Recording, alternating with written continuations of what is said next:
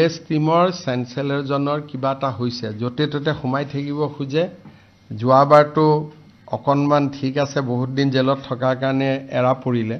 এতিয়াতো তাত বহুত ডাঙৰ খবৰ ওলাইছে সুপ্ৰিম কোৰ্টৰ কমিটিয়ে পাইছে যে এই গোটেই জায়গাটো ফৰেষ্ট হয় তেওঁ যত বিল্ডিং বনাই লৈছে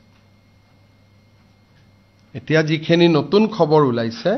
সেই খবৰ মতে সেইখন এখন ৰিজাৰ্ভ ফৰেষ্ট আৰু ৰিজাৰ্ভ ফৰেষ্টত তেওঁ এই গোটেই কনষ্ট্ৰাকশনবোৰ কৰিছিল গতিকে 2 বছৰ পিছত যে USTM থাকিব তাৰ গ্যাৰান্টি কোনেও ল'ব নোৱাৰে এটোটো মই উচ্ছেদ কৰিব নোৱাৰো মেঘালয়ৰ কথা কিন্তু সুপ্ৰিম কোৰ্টৰ নোটিছত অলৰেডি কথাটো গুছি গল যে এখন ৰিজাৰ্ভ ফৰেষ্ট তাৰ পিছত কেনেকে কি কৰে এটো মেঘালয় চৰকাৰে জানিব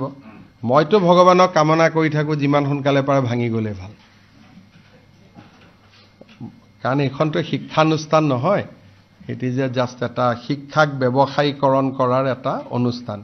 এটা মূৰটো নচলে অসমত থাকিলেতো মই ইমান দিন হিচাপ নিকা শেষ কৰি দিলো হেতেন অসমত নাই যেতিয়া এটা মইতো আৰু ভগৱানক প্ৰাৰ্থনাহে কৰিব পাৰিম যে যিমান সোনকালে হক সমান হৈ যাওক যেনেকে হয়